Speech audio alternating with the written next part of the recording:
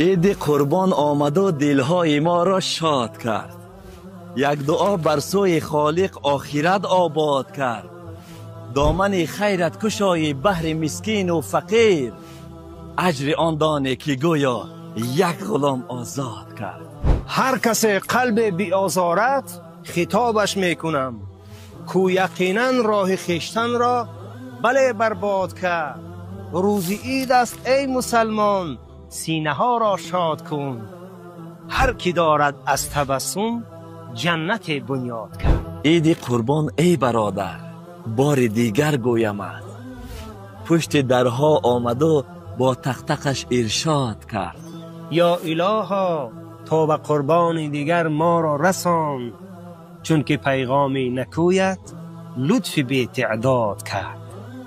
عید قربان مبارک.